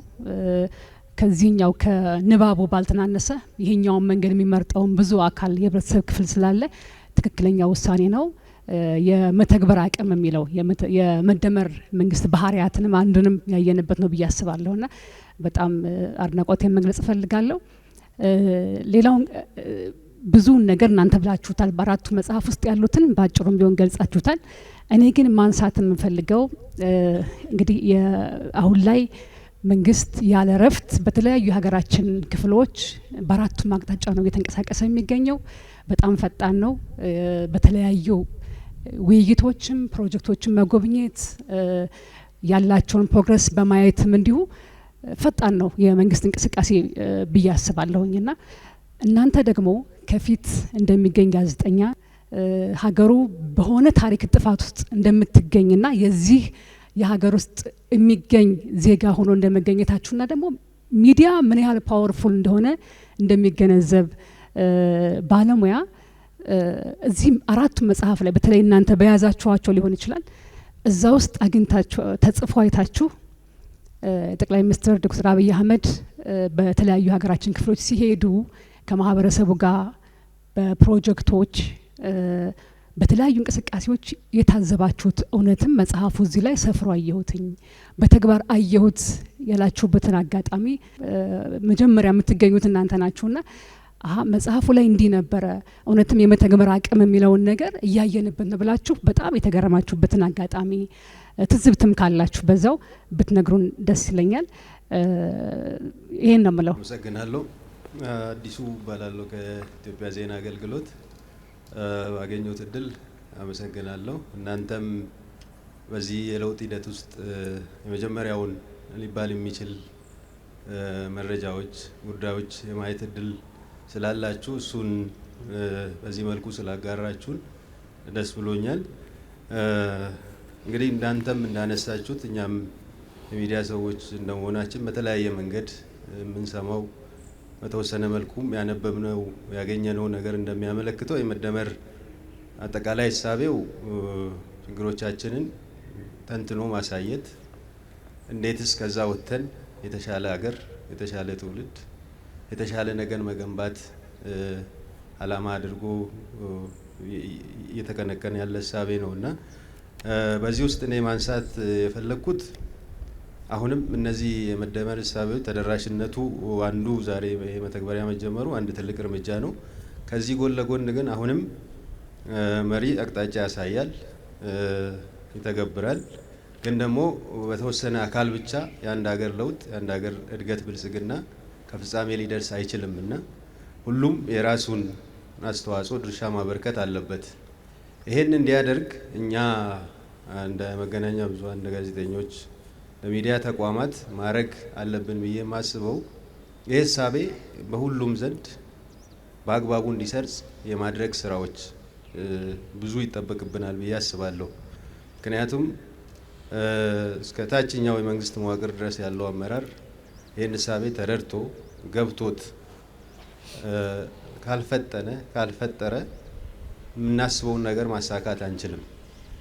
ሌሎቹም በዘርፍም ብንከፋፍል የቱ ጋር ምን እንዳለ ያመለከቱ እሳቤዎች ስለሆኑ በዚሁ ላይ ይሄን ጉዳይ የዕለት ስራችን አድርገን ሀሳቡን የማስረጽ ስራ ገና ብዙ ይጠበቅብናል ብዬ አስባለሁና አሰራሮቻችን የሚዲያ ስራዎች የምንሰራበት የፕሮግራም ቀረጻዎቻችንን እያሻሻልን የበለጠ ህዝቡን ለአንድ አላማ ለዚህ በጎ አላማ ላየናቸው ለውጦች ሁሉ የበለጠ እንዲነሳሳ እንዲነቃ እና የዚህ ታሪክ አካል እንዲሆን የማድረግ ስራ ላይ ብዙ ስራ ይጠበቅብናል ለማለት ፈልጌ ነው። አመሰግናለሁ። እኔም አመሰግናለሁኝ ለተሰጠኝ እድል። ቀደም ሲል እናንተም ከመድረክ ስታነሱት እንደነበረው የመደመር መንግስት እሳቤ በመደመር መጽሐፍት የተለያዩ እሳቤዎች ናቸው የተቀመጡት። መጽሐፉ መጽሐፍ ብቻ ሳይሆን በርካታ እሳቤዎች እንዳሉትና ከተግባርም ከልምድም በርካታ ጉዳዮችን ስታነሱት እንደነበረው እኛም እንደ ሚዲያ ባለሙያ በርካታ ጉዳዮች ስንዘግባቸው ስንሰራቸው ለአድማጮች ለተመልካቾቻችን ተደራሽ ስናደርግ ነው የነበረው። ይሄ ዛሬ የመደመር መጽሐፍ በሞባይል በተለይ ደግሞ በተለያዩ አማራጮች በቴክኖሎጂ ዜጎች ጋር እንዲደርስ የተደረገው ለሚዲያዎችም በራሳቸው ለሚሰሩት ስራዎች ጠቀሜታው ወይም ደግሞ ስራቸውን የሚያቀል መሆኑን በደንብ አንደርስታንድ ማድረግ ይቻላል። ይህ ምን ማለት ነው? እኔ ከኢቢሲ ነው የመጣሁት። እንግዲህ በቅርብ እንኳን ካየነው የመደመር መንግስት መጽሐፍ ከተመረቀ ጊዜ ጀምሮ በየእለቱ በየዜና እወጃዎቻችን፣ በፕሮግራሞቻችን በተለያዩ መልኩ በተለያዩ ፎርማት ተደራሽ የምናደርግበት ሁኔታዎች ነበሩ። ስራዎቻችን ያቀላል ማለት ዜጎች ጉዳዩን እሳቤዎቹን ያለቀ ያበቃ ስላልሆነ በየጊዜው አንደርስታንድ እያደረጉ ቅድም እናንተ በዘገባ መልክ በሄዳችሁበት አካባቢ ምን መሬት ላይ ተከናወነ፣ ምን ተፈጻሚ ሆነ፣ መንግስት የሚያስባቸውን እንዴት እየሰራ ነው የምለውን በምልከታ በኦብዘርቬሽናችሁ አደረሳችሁ። እኛ ደግሞ በየሚዲያ ሀውሶቻችን ስንሄድ ዜጎች አንደርስታንድ እንዲያደርጉ የበለጠ በሀገሪቱ መንግስት የሚያስባቸውን ጉዳዮች ውስጥ ተሳታፊ ንቁ ተሳታፊ እንዲሆኑ የማድረግ ስራ ነው ስንሰራ ያለ ነው ወይም እየሰራን የምንገኘው። አሁን የመጣው በተለይ እኔ እዚህኛው ጉዳይ ላይ ሀሳብ መስጠት ስለፈለግኩኝ ነው።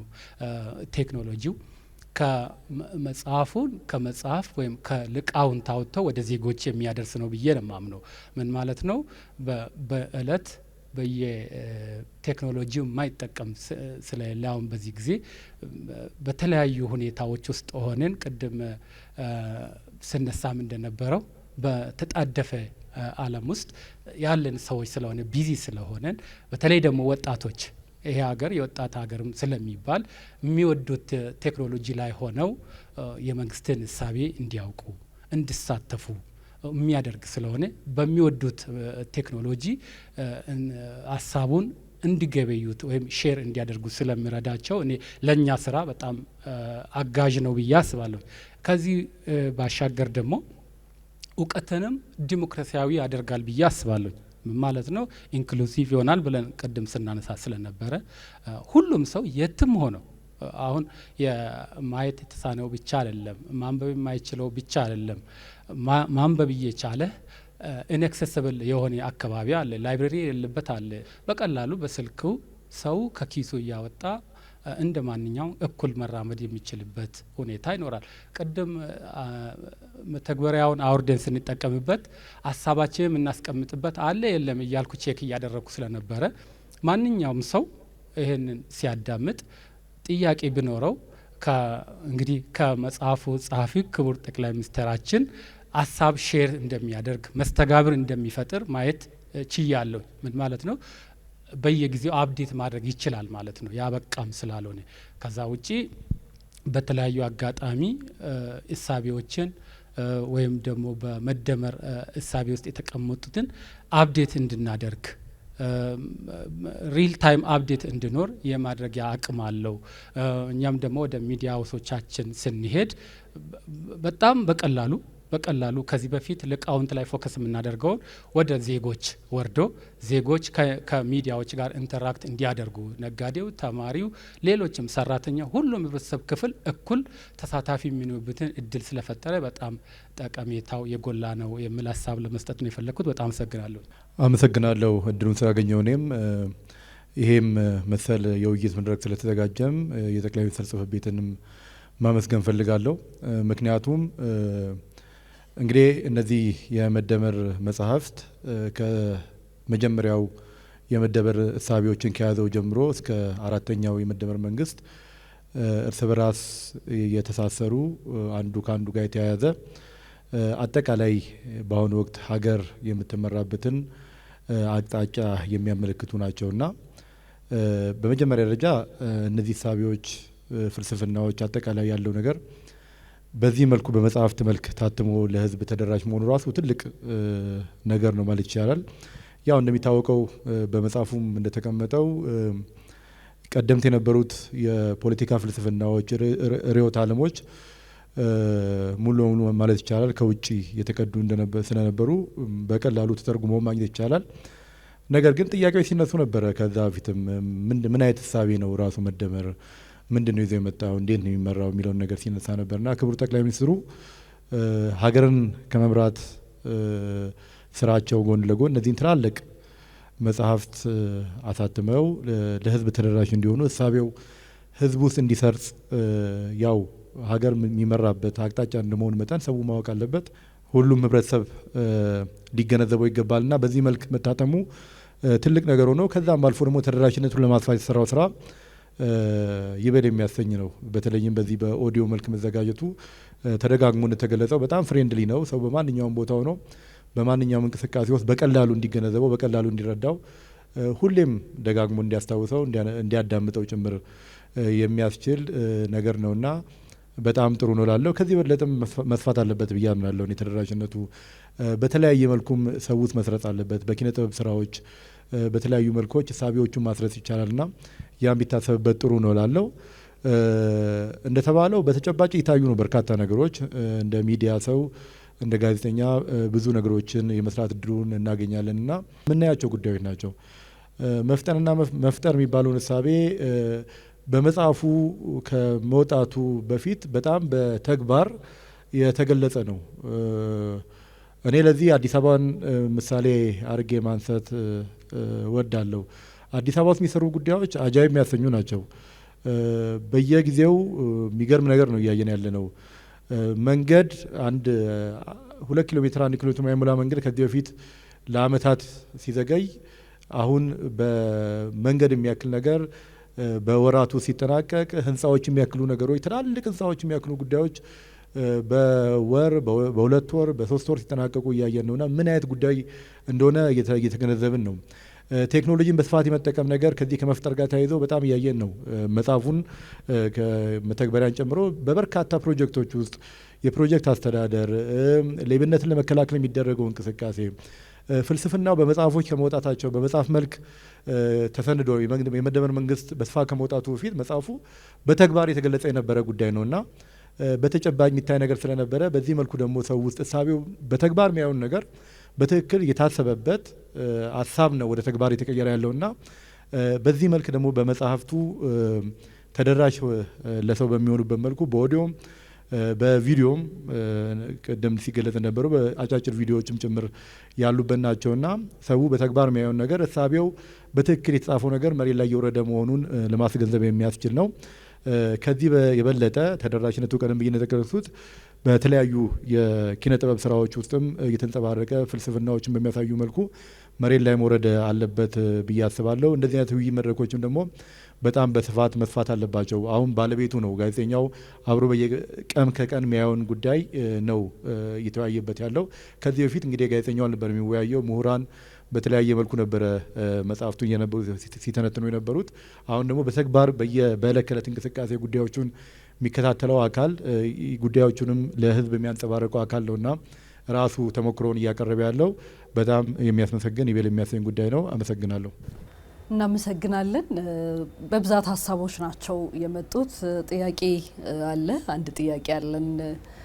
ያንን ጥያቄ እንመልስና ሌሎቹ በሀሳብ ደረጃ የሚወሰዱ ስለሆነ ማለት ነው። እንግዲህ በተለያዩ ጊዜያቶች እንደ ቋሚ ዘጋቢዎች በምንንቀሳቀስባቸው ጊዜያቶች መጽሐፉ ላይ ከመደመር ጀምሮ እስከ መደመር መንግስት በሄደው ሰንሰለት ውስጥ የታዘባችሁት መሬት ላይ ወርዶ የታየው ነገር እናንተ በምትሰሩበት ጊዜ ምንድነው የሚል ጥያቄ ተነስቷል እና ለዚህ ጥያቄ እኔ በግሌ ባጭሩ ያለኝን ምላሽ ላንሳና ወደ ባልደረቦቼ እመጣለሁኝ። እኔ ፍሬላንሳሹ ጥያቄ አንድ ጉዳይ በተለይ የመደመር መንግስት መጽሐፍ ላይ ቃል በቃል በገጽ 82 ላይ የሚያነሳውን ባጭሩ ላንሳና ወደ ምላሼ ልምራ።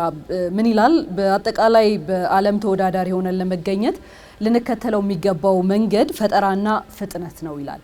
ፈጠራ ያለ ፍጥነት መሻሻል እንጂ መላቅን አያመጣም። ፍጥነት ያለ ፈጠራ ነካ ነካ እንጂ ጥራት አያመጣም። ጉዟችን በከፍተኛ ፈጠራ መታጀብ ይገባዋል። ፈጠራ ውጤቶችንም በፍጥነት ወደ ስራ የሚያስገባ መሆን አለበት ሲል ያስቀምጣል።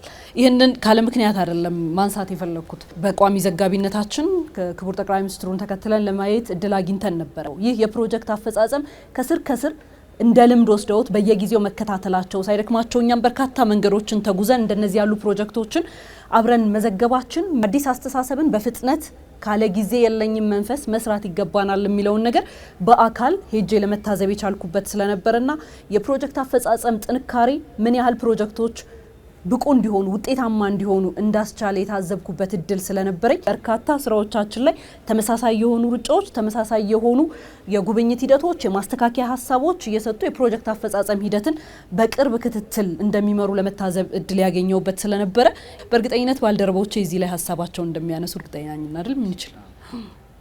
እኔም ከመጽሐፉ ወደ ተግባር ሂደው ያየኋቸውን ሀሳቦች ላንሳ። የመጀመሪያው ያው ሚዲያንንና ለሚዲያ ቀረብ የሚለው 217 ገጽ ላይ የተቀመጠው ነውና የሀገራችን ሚዲያ ከውስጥ ጉዳይ ተሻግረው የተጽዕኖ ወሰኑን ማስፋት አፍሪካዊ ትልም የሚቀርጽ መሆን አለበት የሚል ሀሳብ አለውና ሰፋ ያለ ዝርዝር ነው። ይህን ሀሳብ መሰረት በማድረግ ዛሬ ላይ ኢትዮጵያ አፍሪካዊ እሳቤ የፓን አፍሪካን እሳቤ የሚያቀነቅን የራሷ የሆነ ሚዲያ እውን አድርጋለች ማለት ነው። ፐልስ ኦፍ አፍሪካ የዚህ መጽሐፍ ውልደት ነው እና ይህ መጽሐፍ በግልጽ የተንጸባረቀበት ነው። ሌላኛው ገጽ 265 ላይ አንድ ሀሳብ አለ። የልጆቻችን የልጅ ልጆቻችን ተስፋ የሚወሰነው የዛሬ ትውልድ አባላት እጅ ውስጥ ባለ ዘር ነው። ተስፋ የሚያለመልመውና ትውልዱ እንዲፋፋ የሚረዳው መልካም ሰብል የሚበቅለው ዘር ተዘርቶ ነው። በተመሳሳይ የተስፋችን ተክል ፍሬ ከማፍራቱ በፊት እንዲቀነጭር የሚያደርገው አንቆ የሚገድለው አረምም ዘር ነው። ሁለቱም ዘር እንደ ለም አፈር በቆጠር ነው የዛሬው ትውልድ ላይ ብንዘራው መብቀሉ አይቀርም ይላልና በሁሉም መድረኮች ላይ የምናያቸው የወል ትርክት፣ የወል እውነት፣ ገዢ ትርክት እየተባለ ህዝብን ወደ ብሔራዊ ወንድማማችነት ወደ ብሔራዊነት የማምጣቱ ስራ በየመድረኮቹ በየስራዎቹ የምናያቸው መሰረታቸው ይሄ ነው። ዛሬ ላይ ሁነን ዘርን የመዝራት ስራ እንደሆነ ብዙ ጊዜ ይሄን እታዘባለሁ። በተለይ ትርክት ግንባታ ላይ እየተከናወኑ ያሉ ስራዎች የገዢ ትርክት ግንባታ ስራዎችን ስናያቸው ይሄን መሰረት ያደረጉ መሆናቸውን ሁሌም ያን አስታውሳለሁ። አመሰግናለሁ። የአብዛኞቻችን ልምድ የተቀራረበ ነው ብሎ መውሰድ ይቻላል። ግን እኔ በመደመር መንገድ ውስጥ ከተመለከትኳቸው ጉዳዮች በአካል ያዩዋቸው ብዙዎቹም በአካል የምናያቸው ናቸው። አንዱ በጣም የበዛና የገዘፈ ችግር አለብን፣ ያንን ችግራችንን በፍጥነት ሰርተን መለወጥ ይገባናል የሚለው እሳቤ በጣም በዝቅተኛ የኑሮ ደረጃ ላይ የሚገኙ ዜጎችን የበጎ ፍቃድና የበጎ አድራጎት ስራዎች በጣም በስፋት የሚሰሩበትን ሁኔታ ተመልክተ አዋሬ በቃ ቅርባችን ነው፣ ብዙ ልንለት የምንችለው አዋሬ ያሉ እናቶች አስቀድሞ ስለነበሩበት ሁኔታ ሲያወሩ ከዚያ በኋላ ደግሞ አሁን ስላሉበት ህይወት ሲናገሩ በአካል እንደ ሰው እንደ ጋዜጠኛ ስትመለከቱ የተለወጠላቸውን ነገር በትክክል በዚህ መጽሐፍ ውስጥ ሰፍሮ ያለው ሁሉም ዜጎች እኩል የሚቀር ወደ ኋላ የሚቀር ዜጋ መኖር የለበትም የሚለውን እሳቤ ተጨማሪ ርቀት ተጉዞ ምን ያህል የዜጎችን ህይወት መለወጥ ይቻላል የሚለውን እኔ እንደ አንድ ግለሰብ አይቼዋለሁ፣ ስሜታቸውን ተጋርቻለሁና ይሄ አንደኛው ነው። ሌላው ከኢንቨስትመንት አንጻር በመደመር መንገድ መጽሐፍ ላይ የተቀመጠ አንድ እሳቤ ያለው ሁልጊዜም ስለ ኢንቨስተርና ስለ ኢንቨስትመንት ስናስብ ስለ ውጭ ቀጥታ ኢንቨስትመንት ስናስብ ሁሌም የምናስበው በጣም የተወሰነ ይሄ ሁልጊዜም ጠቅላይ ሚኒስትሩ የሚሉትም ቆዳ ከለር ብቻ በማየት የምንሄድበት መንገድ አለ። ያንን የቀየረ አንድ አካሄድ ግን አሁን ከዚህ ከመጽሐፉ ላይ ከሰፈሩ በእነዚህ መጽሐፎች ውስጥ ከተጠቀሱ ጉዳዮች መካከል አንዱ ሃንቲንግ ዘ ሄድ ነው። በጣም ውጤታማ የሆኑ ሊሰሩ የሚችሉ አቅም ያላቸው መፈጸም የሚችሉ ኢንቨስተሮችን ወደ ኢትዮጵያ የማምጣት ምሳቤ በዚህ በቋሚ ዘጋቢነት ውስጥ ተመልክቻለሁ። ለምሳሌ የቅርቡን ትውስታ ማየት እንችላለን። በጣም አቅም ያላቸው ምሳሌ መጥቀስ ካለብኝ የአሊኮ ዳንጎቴን ማየት እንችላለን። ያ የመጣበት ምክንያት ብዙ እሳቢያችን እዚህ ጋር መቀየር አለበት። ሌላኛው በጣም ወሳኙ ጉዳይ የሀገር ውስጥ ባለሀብቶችን ማሳተፍ ይገባናል ይላል። የሀገር ውስጥ ባለሀብቶች አሁን በኢትዮጵያ ውስጥ ያሉ ግዙፍ የምንላቸው ፕሮጀክት ውስጥ ያላቸው ተሳትፎ በጣም የሚገርም ነው። ለምሳሌ መገጭን ላንሳ። መገጭ እንደምናውቀው 15 ዓመታት ያክል በጣም ሲጓተት የቆየ ፕሮጀክት ነው። እዛ ውስጥ ይሰሩ የነበሩ ሰዎችን ሳናግራቸው የሰጡኝ ምላሽ የዛሬ ዓመት አካባቢ ለውጥ እንዳለ ብናምንም በኢትዮጵያ ውስጥ ለውጥ እንዳለ ኦፍ ዘ ሪከርድ ነው የሚያወሩን። ይሄን ለውጥ እንዳለ ብናምንም ግን 15 እና 14 ዓመት የተጓተተ ፕሮጀክት ግን በዚህ ፍጥነት በአንድ ዓመት ጊዜ ውስጥ ከ70 በመቶ በላይ አፈጻጸም ላይ ይደርሳል ብለን ግን አላሰብንም ነበር ነው ያሉት። ይሄንን መገጭን እየገነባ ያለው የሀገር ውስጥ ተቋራጭ ነው። ስለዚህ እይታችን ኢንቨስትመንት ላይ፣ ስራ ላይ፣ መፍጠር ላይ ያለን እይታ መቀየር ከቻለ ኢትዮጵያ መለወጥ ትችላለች የሚለውን እሳቤ በጣም በትንሽ ምሳሌ በመገጭ ማየት እንችላለን ማለት ነው። መለወጥ ይችላል፣ መቀየር ይችላል የሚለውን ታዝቤበታለሁ፣ እኔ ተመልክቼዋለሁ። ሌላው የታላቁ ህዳሴ ግድብን ሁላችንም የምናውቀው ነው የሄደበት ፍጥነት። ከዛ ግን በኋላ ለኔ የታላቁ ህዳሴ ግድብ ወይም ጉባ ሌላ ከጀርባው ይዞት የሚመጣው ትሩፋትን ያየንበት ነው ብዬ አስባለሁ።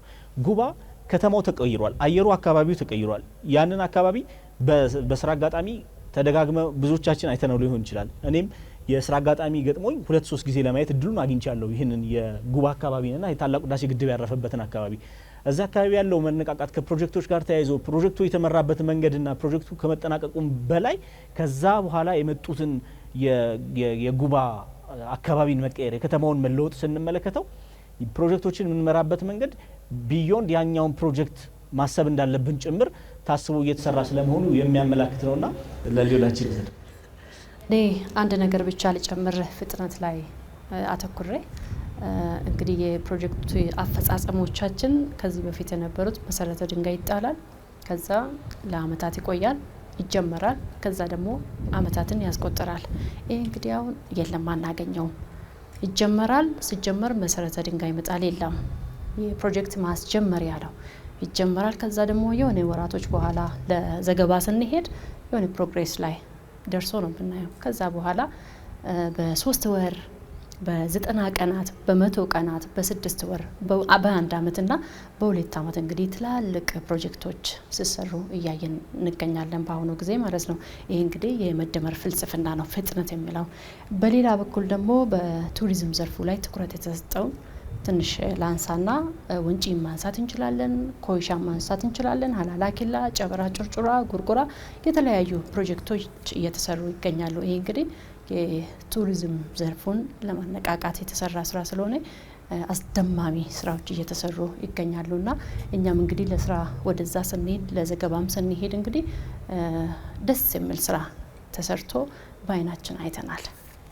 መልካም እንግዲህ በርካቶቻችን ከጋዜጠኝነትም እንደመምጣታችን እየታዩ ያሉ ለውጦችን በደንብ እንድንገነዘብ አድርጎናል። እኛ ደግሞ በቋሚ ዘጋቢነት ያሳለፍንባቸውን ሂደቶችና በኢትዮጵያ እያለፈች ያለችበትን ትልልቅ እውነቶች የመዘገብ እድል ገጥሞናል። እድለኛም ጭምር ነን በዚህ የታሪክ አውድ ውስጥ መገኘታችንና ይህ ደግሞ ከመሬት ላይ ካለው እሳቤ መሬት ላይ ካለው የመደመር ሂደትና እስከ ርዕዮተ ዓለም ድረስ እስከ መንግስታዊነት እሳቤ ድረስ እስኪሻገር ድረስ የመደመር ሂደት ያለበትን ሁኔታ በተግባር ጭምር በዚህ መልኩ ተመልክተናል። ይህ ዛሬ በዋናነት ትኩረት ያደረገው ውይይታችን በተለይ የዚህን የመደመር መጽሐፍትን የሞባይል መተግበሪያ አፕ ላይ እያንዳንዱ ዜጋ የድርሻውን ምንድነው ለብሔራዊ ጥቅም ማዋጣት ያለብኝ ነገር ምን አይነት ተደማሪ አቅም ይኖረኛል የሚለውን በደንብ ባጠገቡ በሞባይሉ ብቻ እንዲያይበት እድል የሚሰጠው ነው። እኛ ከተሰሩት ስራዎች አኳያ ጥቂቱን ብቻ ነው ለመናገር የሞከርነው። በዚህ ሞባይል አፕ ላይ ደግሞ በመግባት ሁሉም እንግዲህ እዚህ ያለውም ተቀላቅሏል። በየቤቱ የሚመለከተንም ተመልካች በቀላሉ መደመር መጽሐፍትን በመጽሐፍ ደረጃ በዚህ ደረጃ ማግኘት ላልቻለ በቀላሉ በሚደመጥ መልኩ በተለያዩ ቋንቋዎች ተዘጋጅቶ ቀርቦለታል። ስለዚህ ሀገራዊ ድርሻውን እንዲያውቅ እድል የሚሰጥ ነው ማለት ነው። ያንን አስመልክቶ እዚህ ቆይታ አድርገን ነበረ። እጅግ አድርጌ አመሰግናለሁ ባልደረቦቼ፣ እንዲሁም ደግሞ እዚህ ያላችሁ እንግዶቻችን ይህንን ቆይታችንን አብራችሁን ስለዘለቃችሁ እጅግ አድርገን እናመሰግናለን። መልካም ጊዜ ይሁንላችሁ።